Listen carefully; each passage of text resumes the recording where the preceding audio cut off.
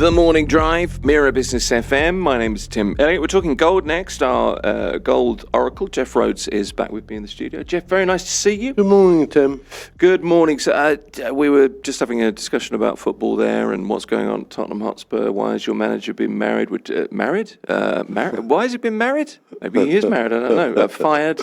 Bit like being married, really, I suppose. I'm getting so much trouble when I get home. But he's just been fired for run of results that didn't go his way. Really, not a shock. It's not a shock. No. But I feel strange, as a Spurs fan, you see, I never felt that we should have sacked the previous manager who won a trophy in Europe, first time in 17 years. And Tim, I went to that match. It was fantastic, and all the celebrations afterwards. Then suddenly the board sacked Postecoglou, and the celebrations were over. Yeah.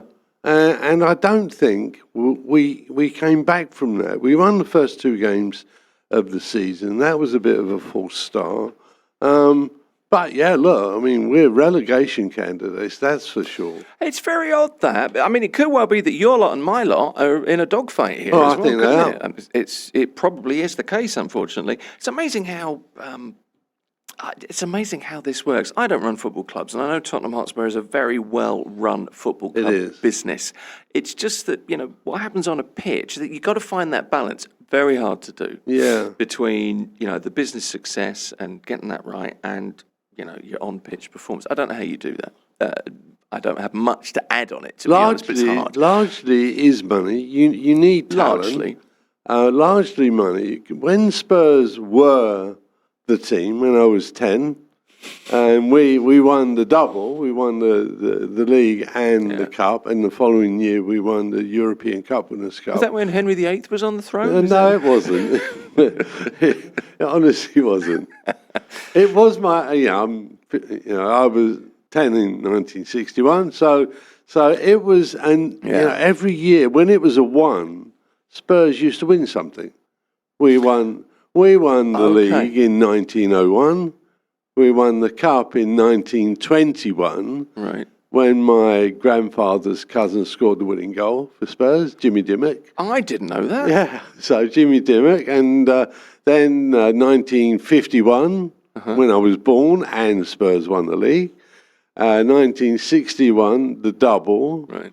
And 1971, I think we won the UEFA Cup.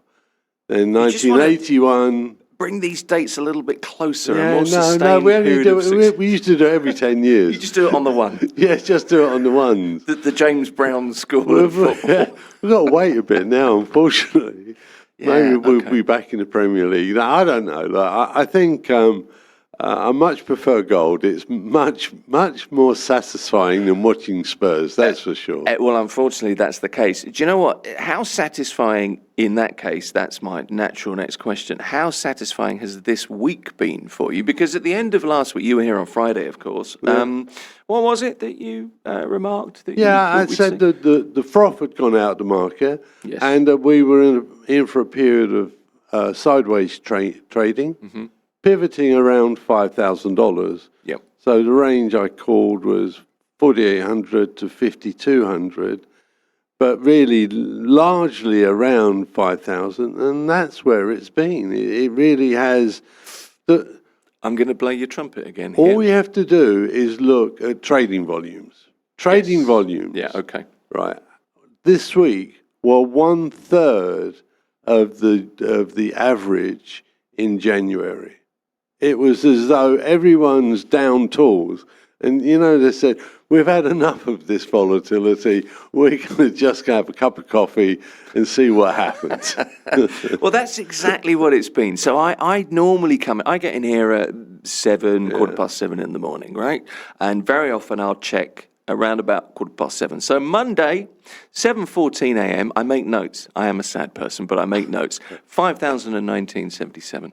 Tuesday, I forgot, I did it at lunchtime after we'd finished. 12:05 p.m., 5,038.13. Wednesday, 7:18 a.m., 5,049.14. Thursday, 7:20 a.m., 5,069. This morning, I checked about 7:30, 7:37, 4,976.6. Yeah, it was down yesterday. We had $100 sell-off yesterday, and it was largely due to what was going on in global equity markets. And because what can happen, Tim, where you're running a portfolio and you've got equities and you've got gold and maybe other kind of asset classes, if you're losing in one of them, Yeah.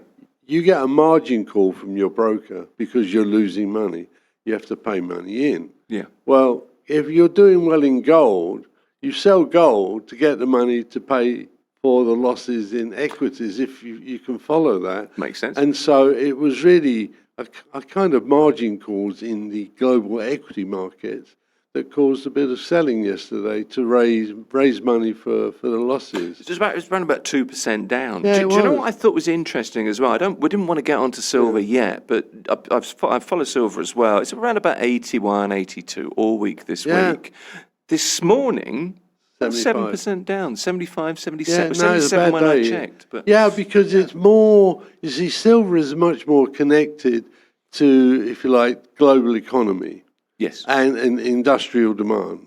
So industrial demand, very important for silver.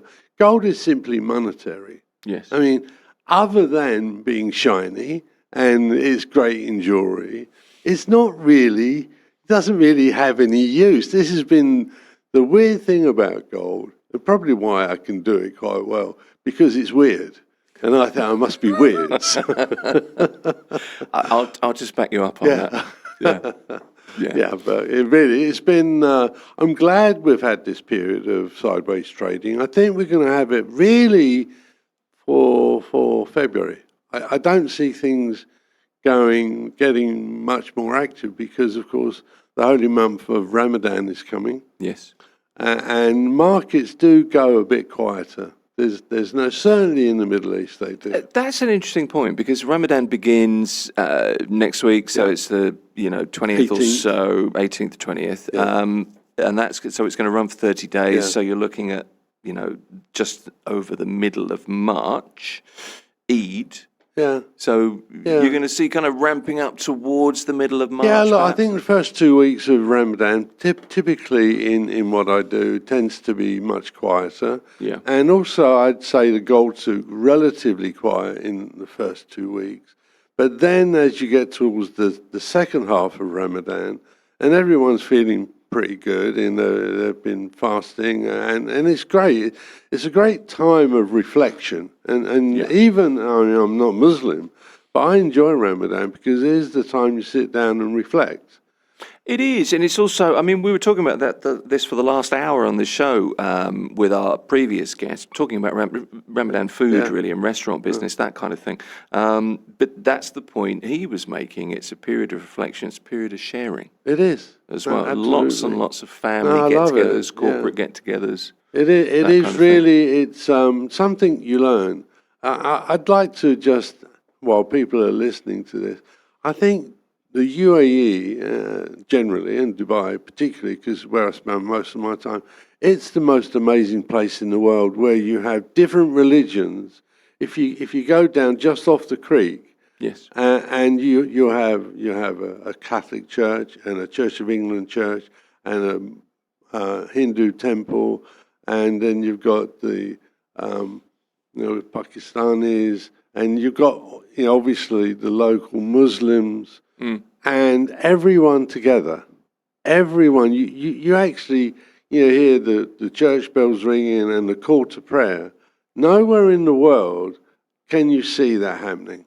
And this is the amazing thing about the UAE, and I love it, really. I think there's as well with that. You know what's interesting about that is you got that, and there's obviously that in Jebel Ali as well. There's a few churches in Jebel Ali, and where you're saying is Oud Maitha. So that's kind of the base. Yeah, Oud Maitha, that's it. Yeah, but that's been the case for a long time. It has. Well, certainly that was when I first came here, and going down to, because everyone used to go to the creek. That was where. Yes. Love going across over on the dhows into, what they call the little river. The Abras. And we're going over to the Gold Souk. To the Gold Souk. Absolutely. Strange that you got an Abra to the gold suit, Jeff Rhodes. Let me tell you. No, but that's what interests me about it. You know, that's been the case for a long time. So there's been a real tolerance of other people's faiths, I think, for years here. Yes. And I think outside looking in, people maybe don't realise that has long been the case. They don't. People who don't live here just don't understand it's a model for the world, Tim. Well, it's not a bad thing, that's for sure. A little bit more tolerance might be a nice thing. Generally speaking, you know, it's a fair point to make. Yeah. Let's get back to gold. I was just looking at, reading your reports, which I do, and a couple of questions for you, just based on the things that you say in the reports. Let me just take one thing here. Something else I want to break up as well. I'll come to that. Your terminology of the day segment in the reports, which I like. We'll come to that. But a few things. So the backdrop, the US dollar firmed stronger than expected January jobs data this week. So that dented expectation for any sort of near-term interest rate cuts. I was going to ask you, what do you expect in that regard, first of all? Okay, rate cuts are off the table, certainly until May, in my view. Right. Okay. Right. Okay. Then it depends what happens.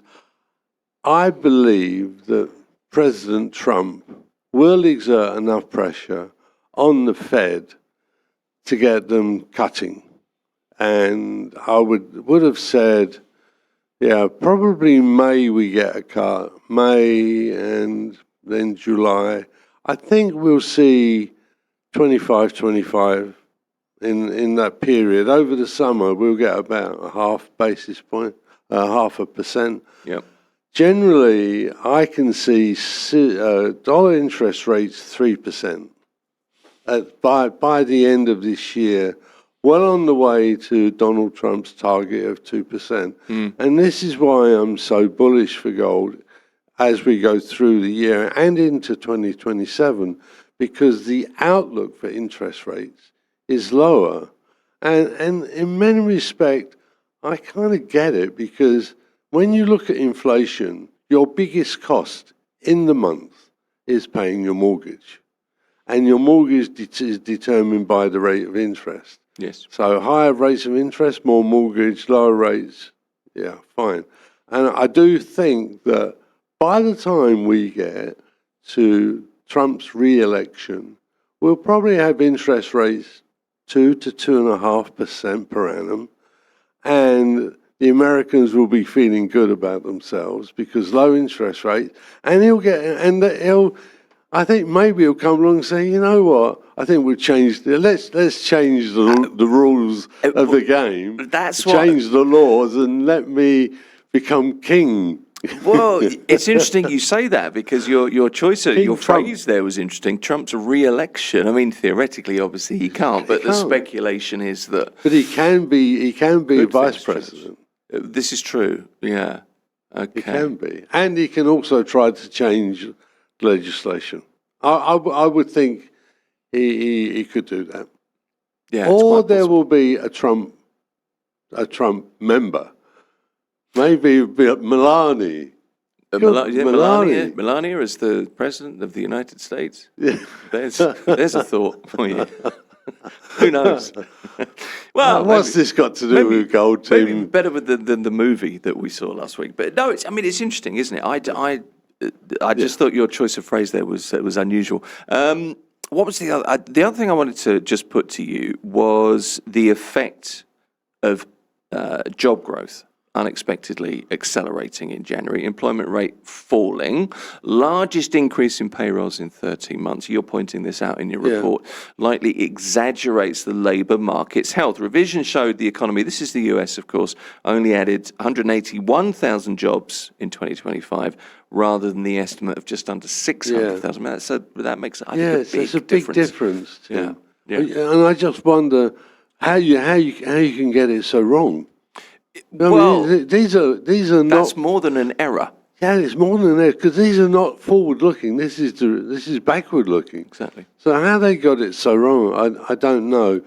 But many Americans that I speak to, they have always said, our economy isn't that good. Whereas when you look at the numbers, it looks very good. So as I say, I keep coming back, and we can talk about the economy, we can talk about non-farm payrolls and so on and so forth. Fundamentally, the key driver of most kind of asset classes is interest rates. Yes. Because high interest rates, obviously good just if you want to save your money, but high interest rates not good for any economy. You remember, Tim? I mean, do you remember the 20% inflation we had at the end of the 70s? You were too young. I'm aware of it because I'm aware, but it didn't mortgage affect rate me 20% in the UK. It was 20% in the US as well, and it's funny that coincided with a record gold price, but that was for different reasons. Because at that time in 79, 80, we had the Iranian Revolution, we had Russia invading Afghanistan, and so there was a lot going on in the world then. But fundamentally, we then had a period of stability, and gold went lower, and it went lower and lower and lower until 2001.